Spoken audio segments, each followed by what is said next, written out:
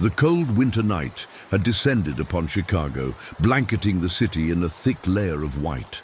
The moon cast a pale glow over the snow-draped streets, illuminating the silhouette of St. Augustine Church, a structure that stood resolute against the biting wind. Inside, Pastor Michael Carter moved with a solemn grace, the flickering candlelight reflecting the weight of his years of service. He meticulously arranged the candles on the altar, their warm glow contrasting sharply with the chill outside. Each flicker seemed to whisper secrets of faith and doubt, but tonight the whispers were louder than usual. Michael had always believed in the sanctity of the church as a refuge, a sanctuary for the weary and lost. Yet, as he lit the last candle, a sense of isolation washed over him. He surveyed the empty pews, feeling the absence of warmth and community that once filled the space. The rigid rules of his congregation, the stringent doctrines that dictated every aspect of worship, loomed over him like a spectral presence. In his heart, he wrestled with the feeling that the church had become a fortress of order rather than a haven of solace. "Lord, what have I done?" he murmured, his voice barely above a whisper as he knelt in prayer. His breath fogged in the chilly air, and he felt the weight of the years pressing down on his shoulders. How had he strayed so far from the compassionate heart of his ministry? Was it too late to rediscover that sense of true community? As he rose from his prayer, Michael heard the distant echo of footsteps crunching on the snow outside. His heart fluttered with a mix of hope and apprehension. Perhaps tonight would bring someone in need, a soul seeking solace from the storm. He moved toward the heavy oak doors, peering through the stained glass windows, but the night was still and silent, save for the whisper of the wind. Finally, as he turned to secure the doors, a sudden commotion outside made him pause. He opened the door just enough to see a figure stumbling through the snow. The man was clad in tattered clothes, his hair a wild mess, and his face was lined with the weariness of life on the streets. Michael's heart sank, a familiar resistance rising within him. "Please, sir," the man pleaded, his voice hoarse and trembling. "I just need a place to stay for the night. It's freezing out here." Michael's heart hardened, a reflex born from years of upholding the church's strict policies. He had seen too many lost souls come and go, too many who had taken advantage of the church's generosity. "I'm sorry, but we cannot accommodate anyone tonight," he replied, his tone firm yet devoid of warmth. The man's eyes widened in disbelief, desperation etched into his features. But I'll do anything. I'll help clean. I'll even sleep on the floor. Just please don't turn me away. I can't survive this cold." Michael felt a pang of guilt, but he steeled himself against the emotion. "You should seek a shelter at one of the local shelters. They have resources for those in need," he insisted, shutting the door with finality. As he locked the door, the man's haunting plea echoed in his mind. "I can't survive this cold." The words lingered, piercing through Michael's resolve, but he quickly pushed them aside. This was not his responsibility. He had a duty to uphold the church's rules, and bending them could lead to chaos. With a heavy heart, he made his way to the back of the church, the candlelight flickering as if reflecting the turmoil within him. The silence of the sanctuary felt oppressive now, the shadows lengthening as if to mock his decision. He could still hear the man's voice, desperate and pleading, lingering in his thoughts like an unwelcome guest. "God, forgive me," he muttered, sitting down heavily in one of the worn pews. He buried his face in his hands, grappling with the weight of his choices. Was this truly what faith had become for him? A rigid adherence to rules that often felt devoid of compassion.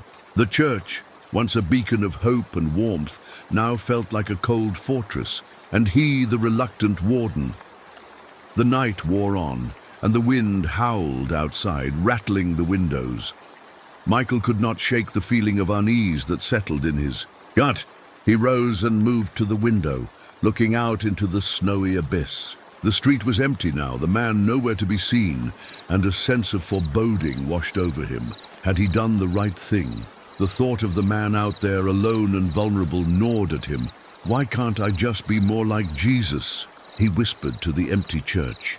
Why can't I have the faith to open my heart and my doors? The irony was not lost on him. He had devoted his life to preaching compassion and love, yet here he was, turning a blind eye to the very plight he had vowed to address. As the hours passed, Michael found himself pacing the dimly lit church, wrestling with his conscience.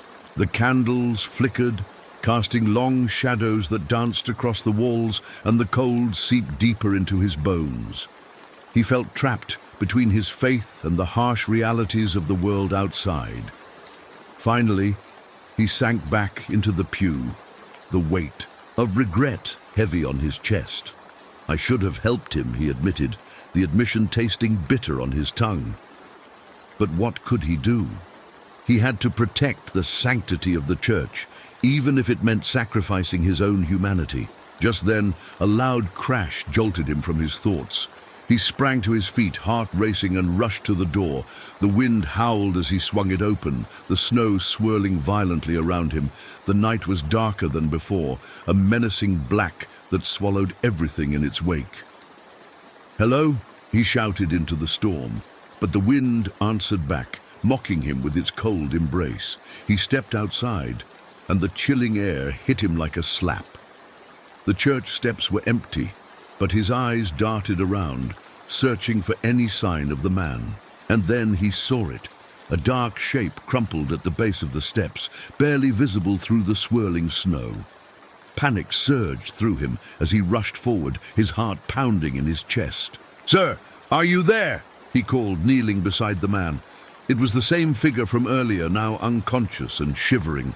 Michael's breath caught in his throat as he realized the gravity of his actions. A rush of guilt flooded over him, and he felt the weight of his refusal to help crushing him. He had turned away a life in need, and now it might cost the man everything. "Please, wake up," he pleaded, shaking the man gently. There was no response, and fear tightened its grip around Michael's heart. He thought of the choices he had made, the walls he had built around himself and the church. The storm continued to rage, but inside him a different kind of storm began to brew, one of regret, fear, and the desperate need for redemption. In that moment, as the snow continued to fall, Michael knew that the night would change everything. This was no longer just about rules or the church. It was about humanity, compassion, and the choices that define us. The chilling reality of his actions settled heavily in his heart, and he realized that he could no longer turn away. The morning light filtered through the stained glass windows of St. Augustine Church, casting a mosaic of colors across the pews. Pastor Michael Carter stood at the entrance, his breath mingling with the cold air that crept in from outside. He had hoped that the storm from the previous night would have brought some clarity, but instead it left him feeling more conflicted than ever. There, on the steps of the church, sat the same man he had turned away just hours before, Jacob Mitchell. Michael rubbed his temples, attempting to dispel the nagging guilt that had wrapped itself around his heart. The man's presence was a stark reminder of his own refusal to embody the compassion that his faith preached. As he looked closer, he could see the weariness etched into Jacob's face, the deep lines of suffering that spoke volumes without uttering a single word. He swallowed hard, feeling the weight of the congregation's gaze as they gathered, whispering amongst themselves. "Pastor, what should we do about him?" A voice broke through the tension. It was Susan, a kind-hearted, elderly woman, her brow furrowed with concern. "He's been here all night, poor thing. We can't just leave him outside in this weather." Michael turned to face her, irritation bubbling beneath the surface. "We don't know anything about him, Susan. He could be dangerous." The words came out harsher than he intended, and he regretted the sharpness in his tone as soon as it left his lips. He saw the disappointment in her eyes. "Dangerous? Or just desperate?" she challenged, folding her arms. He's a human being. Pastor. We're supposed to help those in need, not judge them. Helping isn't always safe, Susan. We have rules for a reason. The church is meant to be a sanctuary, not a shelter for every lost soul that wanders by, Michael replied, his voice steady but lacking conviction. He turned away, focusing on the church's interior rather than the man outside. The congregation murmured softly among themselves, casting furtive glances toward Jacob. Michael could feel the weight of their expectations pressing down on him, an invisible force that made his heart race. He had always been a man of order, of rules, and the thought of bending them filled him with unease. Pastor, another voice piped up, this one belonging to a young man named Daniel. What if he's sick? We can't just ignore that. What if he dies out there? The urgency in Daniel's tone tugged at something deep within Michael, a flicker of doubt that he had tried to suppress. As he glanced toward the steps, he noticed Jacob looking up at the church, his eyes hollow and distant. A shiver ran down Michael's spine. There was something hauntingly familiar about the man, something that sent a jolt of recognition through him. He couldn't place it, but the feeling gnawed at his conscience. Listen, everyone, Michael began, trying to regain control of the situation. We'll start the service soon. I'll address this after. Let's focus on worshiping today. He turned away, dismissing their concerns. But as he moved toward the altar, he could feel their eyes still watching him, filled with a mix of pity and disappointment. As the service commenced, Michael's voice echoed through the church. But his mind was elsewhere. He tried to concentrate on the readings, on the prayers that flowed from his lips, yet his gaze kept drifting to Jacob. The man remained on the steps, silent and still, almost as if he were a ghost, haunting the very place Michael had deemed sacred. God grant me clarity, Michael whispered under his breath, the words barely audible over the rustle of hymns and prayer. But clarity eluded him. Instead, he felt the weight of his choices wrapping tighter around him, squeezing the breath from his lungs. The flickering candles cast shadows that danced along the walls, mirroring the turmoil within him. After the last hymn was sung, he stood at the pulpit, his heart racing. "Let us pray," he announced, hoping to find solace in prayer. As he closed his eyes, he envisioned Jacob's face, the weariness in his eyes, and the pleading look that had lingered with him since the night before. He felt a swell of emotion rise within him, a mix of guilt and shame that threatened to overwhelm his spirit. "Lord," he prayed, "forgive me for my hardness of heart. Help me to see what you see in those who are lost." As the congregation bowed their heads, Michael's eyes flickered open, and he glanced at Jacob again. The man had not moved, his posture defeated, as if he had resigned himself to the world's indifference. A pang of sorrow struck Michael, and he fought against the tide of his own convictions. The service concluded, and the congregation began to disperse, but Michael remained rooted in place, his heart pounding in his chest. Susan approached him, her expression one of gentle insistence. "Pastor, you have to do something. He's suffering out there." "I know, Susan," Michael replied, his voice low. "But what can I do? I can't just invite him in. It goes against everything I've believed." "Or maybe it's time to reconsider what you believe," she said softly, placing a hand on his arm. "Jesus didn't turn away the outcasts. He welcomed them. That's what our faith is about." Michael opened his mouth to respond, but the words failed him. The truth in her statement struck home, a stark reminder of how far he had strayed from the teachings he preached. He looked toward the doors, where Jacob still sat, a solitary figure against the backdrop of the snow-covered steps. "Do you remember the story of the Good Samaritan?" Susan continued, her voice steady. "It's not just a parable, it's a call to action. If we turn away from those in need, how can we call ourselves followers of Christ?" The warmth of her words wrapped around him, igniting a flicker of hope amidst the cold dread that had settled in his chest. Michael took a deep breath, feeling the weight of the moment pressing down on him. "You're right," he said finally, the decision forming in his mind. "I need to help him." As he stepped toward the doors, he felt a mixture of fear and resolve. The snow crunched beneath his feet as he approached Jacob, who looked up, surprise flickering across his tired features. "Sir." Jacob's voice was raspy, worn from the cold. "I don't want to be a burden. You're not a burden," Michael interrupted, his heart racing. "Please, come inside. You don't have to be out here." For a moment, Jacob stared at him, uncertainty clouding his eyes. Then, slowly, he rose to his feet, the movement stiff and labored. "Are you sure?" he asked, his voice barely above a whisper. Michael nodded, feeling the warmth of compassion flooding through him for the first time in what felt like an eternity. "Yes, let's get you warm." As they stepped back into the church, Michael felt the weight of his earlier decisions begin to lift, replaced by a sense of purpose he had long forgotten.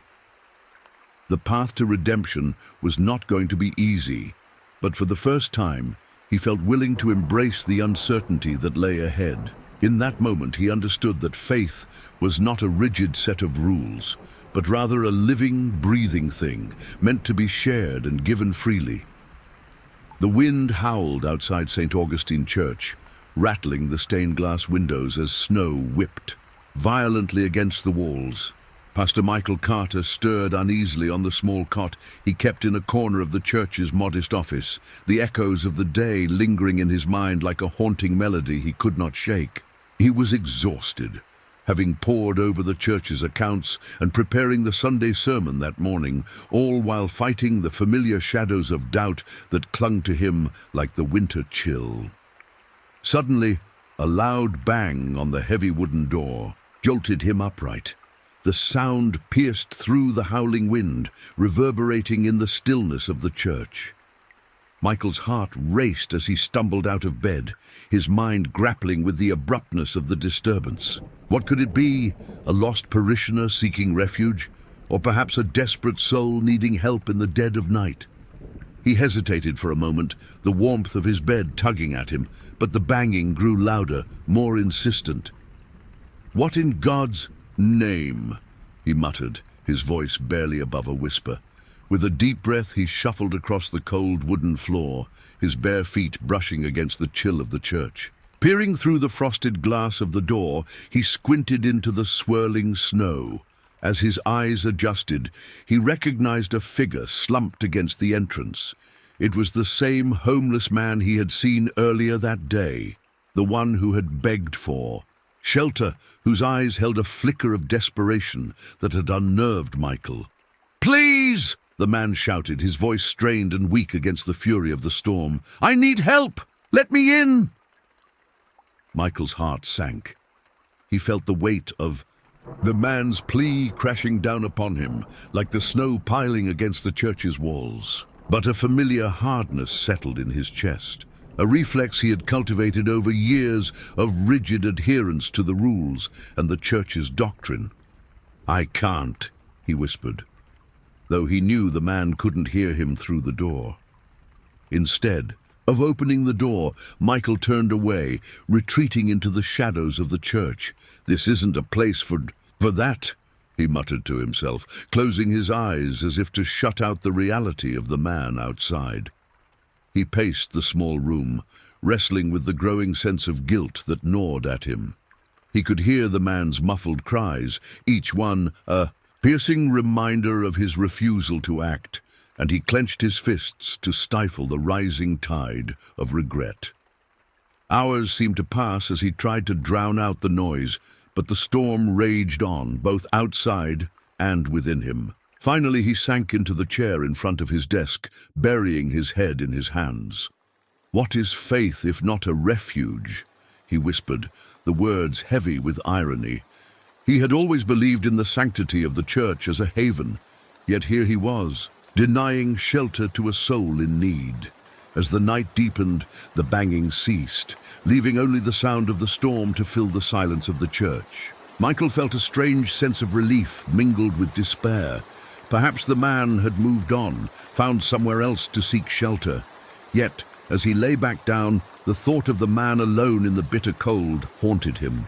Morning light broke through, the storm clouds casting a grey pallor over the church. Michael awoke to find the world outside blanketed in white, the snowflakes glistening like tiny shards of glass under the weak sunlight. He rubbed his eyes and dressed quickly, the events of the previous night pressing heavily on his mind. As he stepped outside, the crunch of snow underfoot reminded him of the stark reality of his choices. He looked around, scanning the steps of the church, but found them empty. Relief washed over him, intertwined with guilt.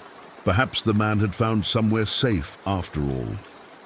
But as Michael turned to head back inside, he noticed something beneath the fresh layer of snow, a series of footprints leading away from the church door. They were small, almost delicate, and they faded into the distance, swallowed by the vastness of the snow-covered street. His heart sank. "Jacob," he whispered, the name spilling from his lips unbidden. The fleeting recognition of the man's identity sent a chill coursing through him.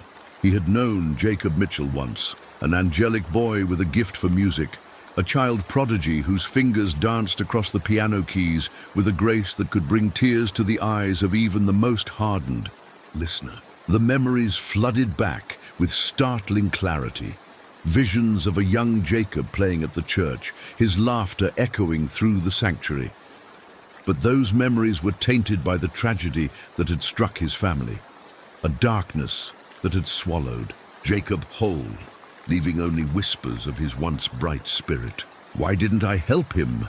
Michael murmured, guilt wrapping tightly around his chest. He stepped further into the snow, his heart heavy as he scanned the horizon. The footprints led into the distance, and he felt an overwhelming desire to follow them, to seek out the young man he had turned away. As he made his way back inside, a wave of determination washed over him. He couldn't let Jacob's story end in despair. He would find him, he would make amends, and he would do everything in his power to help him. The church was meant to be a place of refuge, after all, not just for the righteous, but for the lost and broken as well. "Lord, forgive me," he whispered, his voice trembling with emotion. "Help me find him." With a renewed sense of purpose, Michael resolved to reach out to his congregation, to share Jacob's story and rally support for the man he had allowed to slip through his fingers. He knew that it wouldn't be easy, that the rigid rules of the church would make it challenging to sway opinions in favor of someone like Jacob. But he had to try. As he prepared to face his congregation, he felt a flicker of hope ignite within him. Perhaps this was the moment he had been waiting for, a chance to break free from the confines of his own doubts and rediscover the true meaning of faith and community. With every step he took, he felt the weight of his choices beginning to lift, replaced by the light of possibility. The church bell tolled, and Michael took a deep breath. Today would be different. Today he would step into the light. The winter sun struggled to pierce through the heavy clouds that hung over Chicago, casting a grey pallor over the city. Pastor Michael Carter stood at the entrance of St. Augustine Church, his breath visible in the frigid air. He gazed out at the snow-blanketed streets, still haunted by the desperate face of Jacob Mitchell, the homeless man he had turned away just days before. The image of Jacob, with his sunken eyes and ragged clothes, had invaded Michael's thoughts like a relentless specter. "Pastor, are you all right?" A voice broke his reverie. It was Mrs. Henderson, the elderly woman from his congregation, her face etched with concern. "I'm fine, Mrs. Henderson," Michael replied, though his voice lacked conviction. "Just thinking." "About that poor man?" she pressed gently. Michael sighed deeply, his shoulders slumping under the weight of his guilt. How could he just sit there all night? People like him. He trailed off, the words caught in his throat. The church had always been a bastion of order for him, a sanctuary where rules governed everything, including compassion. Mrs. Henderson's expression softened. He's a soul, Michael, just like you and me. You shouldn't dismiss him so easily. We are called to help those in need. I know that, he snapped, surprising himself with the harshness of his tone. But my responsibility is to the church, to its members. We can't have chaos. Chaos, she echoed, her voice rising slightly. Is it chaos to show kindness? Look at him. He's suffering. God doesn't want us to turn away from those who need us most. Before Michael could respond, she turned on her heel and walked back inside the church, leaving him standing alone in the bitter cold. He felt the sting of her words, but the iron grip of his beliefs held him back. As the day wore on, Michael found himself unable to concentrate on his duties. His congregation, usually a source of comfort, felt like a reminder of his inadequacies. The echoes of their prayers and hymns filled the church, but they couldn't drown out the guilt gnawing at his insides. He wandered through the sanctuary, fingers grazing the polished wood of the pews, trying to find solace in the familiar surroundings. Later, Michael decided to visit the local shelters. He needed to understand Jacob's story, to unearth the truth behind the man who had shaken the foundations of his faith. The thought of facing his congregation and admitting his failure gnawed at him, but curiosity compelled him forward. The first shelter he visited was a bustling hub of activity. The smell of soup simmering on the stove filled the air, mingling with the scent of damp clothes. Michael approached the front desk, where a weary-looking woman sat, her hair pulled back in a tight bun. "Excuse me," he said, his voice steady despite the uncertainty swirling inside him. "I'm looking for a man named Jacob Mitchell." Jacob?"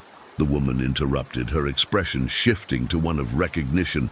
"Yeah, he used to come here. A real talent, you know. Played the piano like a dream." "Played," Michael repeated, a sense of foreboding creeping in. "What happened to him?"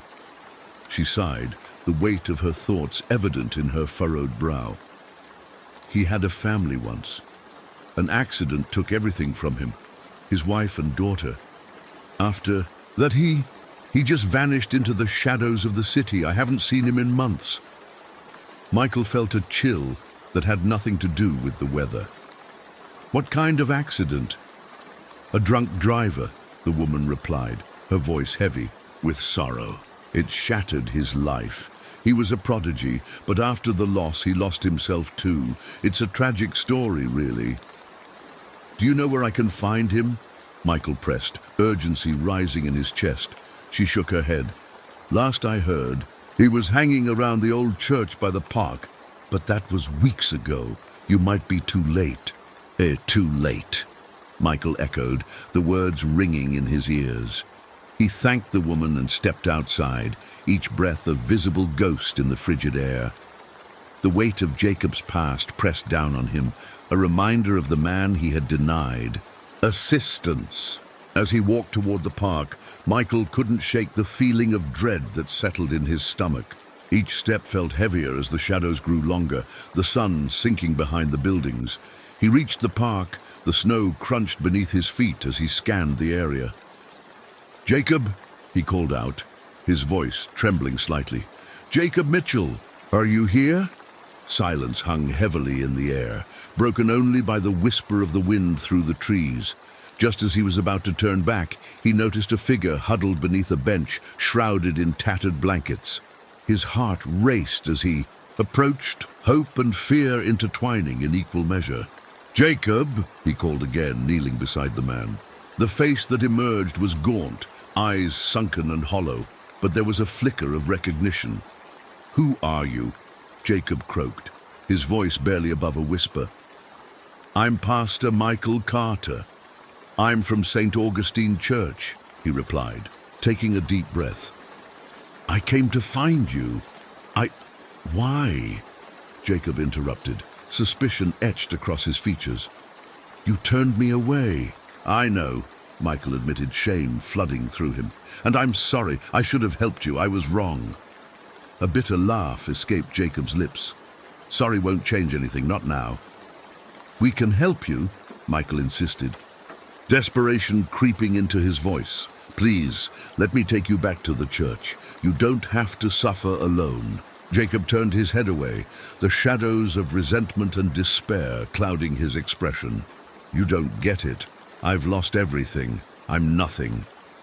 Everyone deserves a chance, Michael urged, his heart racing. You can start over. Let me help you find a way back. Jacob hesitated, the flicker of hope in his eyes suddenly extinguished. Why would you even care? You have your church, your congregation. You don't need me. Michael felt the weight of Jacob's words, the bitterness that hung in the air, because I've realized that faith isn't just about rules and order. It's about compassion and understanding. It's about people. For a long moment, Jacob searched Michael's eyes, uncertainty etched on his face. You really think I can be saved? I believe in redemption, Michael replied, his voice steady. For everyone, even for you. Slowly, Jacob nodded, the walls he had built around himself beginning to crack. All right, but if this is another empty promise, don't bother. I won't, Michael vowed, extending a hand. Let's go home. As they walked back to the church, Michael felt a flicker of hope igniting within him. Perhaps this was the beginning of something new, a chance for both of them to heal. The snow continued to fall softly around them, blanketing the world in white, as if to signify a fresh start. But deep down, Michael knew the road ahead would be fraught with challenges. The shadows of the past wouldn't fade easily, and Jacob's journey toward healing would take time. Yet, for the first time in what felt like an eternity, Michael felt the stirrings of faith within him, a faith that embraced vulnerability, compassion, and the messy, beautiful reality of human connection. Pastor Michael Carter stood in the dimly lit sanctuary of St. Augustine Church, the flickering candlelight, casting long shadows that danced across the snow-dusted pews. The bitter chill of the winter night seeped through the old stone walls, a chilling reminder of the world outside. It had been a long day, one filled with sermons that felt increasingly hollow to him, echoes of faith that seemed to bounce off the walls without landing in his heart. The silence around him was deafening, broken only by the soft crackle of candle wax melting. As he prepared to close the church for the night, Michael's mind was a tumultuous sea of doubt and guilt. He thought back to the previous night, when he had turned away a man desperate for shelter. The image of that homeless man, with his pleading eyes and tattered clothes, haunted him. He had seen something in the man that stirred a long-buried memory. But he had chosen to turn his back, convinced that the church was not a refuge, but a place of order, of rules that had to be followed. As he locked the door, he could still hear the man's voice echoing in his mind, a desperate plea that felt like a direct assault on his conscience. The next morning dawned with a grey sky, heavy with the promise of more snow. Michael arrived at the church to find the same man sitting on the steps, looking even more worn and defeated than before. A knot formed in his stomach as the congregation buzzed with concern around him. "Pastor, we can't just leave him out there," an elderly woman insisted, her voice trembling with worry. "He needs help." "Help? What can we do for him?" Michael replied, his annoyance bubbling to the surface. "This is not a homeless shelter. We have our own community to think about." He reinforced his rigid stance, ignoring the flicker of recognition that sparked in his heart. The man's presence stirred something deep within him, a connection to a past he had long since buried, but he brushed it aside. As the service began, Michael's gaze drifted towards the man who sat hunched over on the steps, his eyes cast down. The flicker of doubt grew into a roaring flame within Michael. What had driven him to this point? He knew all too well that the church had once been a place of solace, of community. He felt a pang of guilt, but he quickly turned his thoughts back to the sermon, focusing on the words he had prepared, reciting them with the fervor of a man trying to convince himself of truths he no longer believed. That night, the storm outside raged with a ferocity that matched the turmoil within Michael. The wind howled like a banshee, rattling the windows of the church while snow piled against the door. Sleep eluded him as he lay in bed, the weight of his decisions pressing down on him. Suddenly, loud banging on the church door jolted him awake. Panic surged through him as he glanced at the clock. 2 a.m. He knew who it was. Peering through the frosted glass, he saw the man collapsed at the entrance, his fragile form barely visible against the white expanse outside. Heart racing, Michael grappled with his conscience. He wavered, torn between his ingrained beliefs and the humanity that screamed within him. But ultimately, he turned away, closing his eyes against the cries for help that echoed in his mind. He convinced himself it was safer to remain within the walls he had built around his heart. The next morning, Michael awoke to silence. The storm had passed, leaving behind a stark, unblemished landscape of white. He dressed quickly, the weight of the night's events pressing heavily on his shoulders. As he approached the church, dread pooled in the pit of his stomach. The steps were empty, the man was gone, and all that remained were footprints in the snow leading away from the church door, marking the brief presence of a soul he had chosen to ignore. Days passed, and the image of Jacob Mitchell, the man he had turned away, lingered in Michael's thoughts like a spectre. He couldn't shake the sense of unease that settled over him. Desperate for answers, he began to inquire among his congregation, hoping to uncover the truth behind the man's existence. An elderly woman, Mrs. Johnson, finally spoke up, her voice low and trembling. "His name is Jacob Mitchell. He used to be a piano prodigy, you know." Michael's heart sank as the name echoed in his mind, triggering memories of a young boy who had once filled the church with music. "Jacob Mitchell," he whispered, the name rolling off his tongue like a forgotten prayer. The stories of the boy's talent had been legendary. Michael had scolded him countless times for his lack of discipline, never realizing the weight of the burdens he carried. Determined to find Jacob, Michael embarked on a search that took him through the local shelters and community centers, but each inquiry yielded only fragments of a life lost to tragedy. The picture that emerged was one of despair, punctuated by a tragic accident that had stolen Jacob's family and ultimately his passion for music. Michael's heart ached as he uncovered an old newspaper article revealing Jacob's former glory, a prodigy who had once dazzled audiences, only to vanish from the world after a car accident claimed his family. The weight of guilt settled heavily on Michael's shoulders. He had not only turned away a man in need, but had also abandoned a soul whose pain echoed his own. With newfound resolve, he set out into the streets, the biting cold stinging his face as he searched for Jacob. He had to confront his past mistakes, to face the man he had turned away and offer something more than mere apologies. After hours of searching, he finally found Jacob in a dark alley, shivering and ill, his eyes sunken and filled with a mixture of confusion and pain.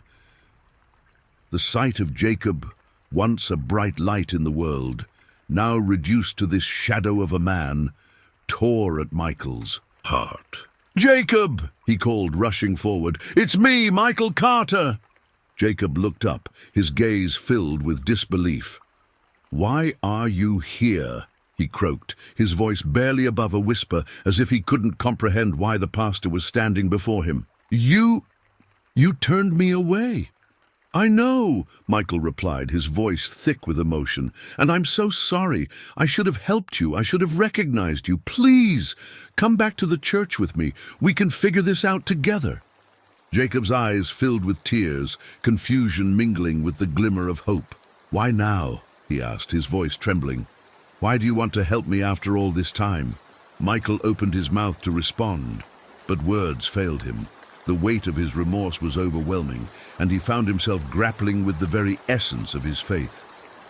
I don't know," he finally admitted, his voice breaking. "I was wrong to turn you away. I let my fear and pride guide my actions, and I can't undo that. But I want to try to make it right now. Please, let me help you." With a hesitant nod, Jacob let Michael guide him back into the warmth of the church. The flickering candles welcomed them like old friends, casting a gentle glow over the sanctuary. As Jacob settled into a pew, the warmth of the space enveloped him, but his confusion remained. Michael stood beside him, wrestling with the realization that redemption was not just a matter of words. It was a journey that required both of them to confront their pasts and embrace the possibility of healing together. In that moment, the church felt different to Michael. No longer a place of rigid rules and order, it began to transform into a sanctuary of possibilities, a space where redemption could thrive. He knew that the road ahead would be difficult, but he felt a flicker of hope ignite within him as he sat beside Jacob. Together, they would confront their shared past, and perhaps, together, they could find a way to heal not just their own wounds, but the scars left on the community they both belonged to. Jacob lay in the hospital bed, pale and fragile, the stark white sheets contrasting sharply with the dark circles under his eyes. The steady beep of the monitors punctuated the silence, and Pastor Michael Carter stood beside him, anxiety coiling tightly in his chest. He had spent countless hours wrestling with his conscience, but nothing prepared him for the sight of the once vibrant man now reduced to a shadow of his former self. "Pastor," Jacob's voice was barely a whisper, but it carried the weight of years lost. "Why did you come? I thought you weren't going to help me." Michael felt his throat tighten, guilt flooding his senses. "I should have helped you sooner, Jacob. I was wrong to turn you away. I thought I was protecting the church, protecting the order." Jacob let out a weak laugh, a sound devoid of humor. "Order? This," he gestured weakly to the sterile room. "This is what you call order? I've spent my life trying to find some semblance of it, and it led me here, alone." The pastor's heart sank. The memories of the young prodigy he once scolded for not practicing enough echoed painfully in his mind. "I'm sorry, Jacob, I was foolish. I thought I was doing the right thing." He hesitated, then added, "You were a gift to this church. Your music brought so much joy." Jacob's gaze turned distant, and for a moment, Michael saw a flicker of the boy he once knew. "I remember those days. The piano was my escape. All the notes, they felt like freedom, like life." As the conversation drifted, Michael found himself swept into Jacob's memories of the church. The laughter, the music, the way the sunlight filtered through the stained glass, casting colorful patterns on the floor. Yet, beneath that nostalgia lay a deep sorrow that echoed in Jacob's voice. After the accident, Jacob's tone darkened. Everything changed. The music stopped. I lost my family, my dreams, and I lost myself. He coughed, the sound harsh and painful, causing Michael to wince. "Accident?" Michael asked, almost afraid to hear the answer. Jacob nodded slowly, his eyes clouded with pain. "A drunk driver. He took everything from me. They say he's a good man, a pillar of the community." He scoffed, bitterness creeping into his voice. "I was just a boy then, a nobody, no one cared." Realization crashed over Michael like a wave.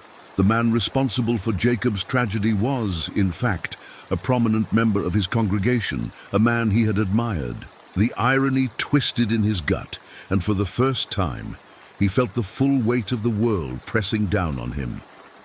"I never knew," he murmured, guilt washing over him anew. I had no idea it was him. Jacob's gaze was piercing. And you think that matters? That changes nothing for me. My life was stolen, Pastor. I became a ghost in my own existence. Michael's hands clenched into fists at his side. I can help you now, Jacob. I can't change the past, but I can be here for you now. You don't have to be alone anymore. Jacob studied him for a long moment, as if weighing Michael's sincerity. You think that's enough? You think you can fix this with your presence? His voice trembled with emotion. You're just a man. You can't change what happened. You can't bring back my family. You can't bring back my music. I can try, Michael said, desperation creeping into his tone. I want to try. I want to make things right. I want to help you find your music again. Jacob's expression softened slightly and he sighed. You really believe that? After all this time? I have to believe it, Michael replied, his own voice thick with emotion. Otherwise, what's the point of faith? Days passed, and Michael remained by Jacob's side, watching as the doctors fought to pull him from the brink of death. Every visit became a battle against his own demons, the guilt, the shame, the suffocating reality of his past decisions. But with each hour spent in the hospital, he felt a flicker of hope ignite within him. Finally, the day came when Jacob was strong enough to leave the hospital, albeit still weak and fragile. Michael took him back to St. Augustine Church, the place where their paths had first crossed, and where they were now tied by a shared burden of regret and the possibility of redemption. As they stepped inside, Jacob's eyes roamed the familiar space. It looks the same, he said softly, a hint of nostalgia in his voice. But it feels different. Different how? Michael asked, hopeful. Like it's waiting, Jacob replied, a small smile breaking through the shadows of his past, waiting for something to happen. Michael felt a surge of determination. What if we bring the piano back, he suggested. What if we let the music fill this space? Again, Jacob's eyes widened. You mean it? You would let me play? Absolutely, Michael said, his heart racing. The church needs your music, Jacob, and so do you. With a nod of agreement, they set to work. Michael arranged for the old piano to be brought back to the church, a relic that had long been forgotten in the storage room. When it finally arrived, dusted but still dignified, Michael wheeled it into the center of the sanctuary. Here it is, he said, brushing his hands over the keys, a sense of reverence washing over him. Your stage awaits. Jacob approached the piano hesitantly, his fingers hovering above the keys.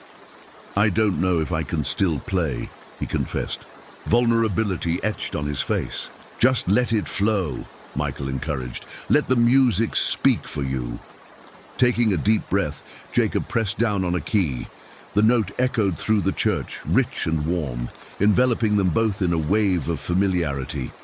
With each note, Jacob found his strength, his confidence returning as he began to play a melody that resonated with the very essence of his soul. The congregation gathered, drawn by the sound that filled the air. They watched in awe as Jacob poured his heart into the music, each note a testament to his struggle and resilience. The haunting melody stirred something deep within Michael reminding him of the beauty that could emerge from pain. As the final notes faded into silence, the church erupted into applause, a wave of appreciation and recognition washing over them. Tears glistened in Jacob's eyes, but this time they were tears of joy, relief, and a profound sense of belonging. Thank you, he whispered to Michael, his voice shaky but filled with gratitude. I never thought I'd find my way back. Michael beamed, the weight of his guilt lifting ever so slightly. You've always had the music in you, Jacob. I'm just glad you're finally letting it out. In that moment, as the church embraced Jacob's music, Michael felt a profound transformation within himself. He understood now that faith was not about rigid rules or maintaining order. It was about community, compassion, and the willingness to open one's heart to the lost and the broken. As they stood together, surrounded by the warmth of the congregation, Michael made a silent vow. He would never turn away another soul in need, for he had learned that true faith flourished in the embrace of love and forgiveness. And as Jacob's music echoed through the walls of St. Augustine Church, a new chapter began, not just for the prodigy, but for the pastor who had rediscovered the meaning of redemption through the power of compassion.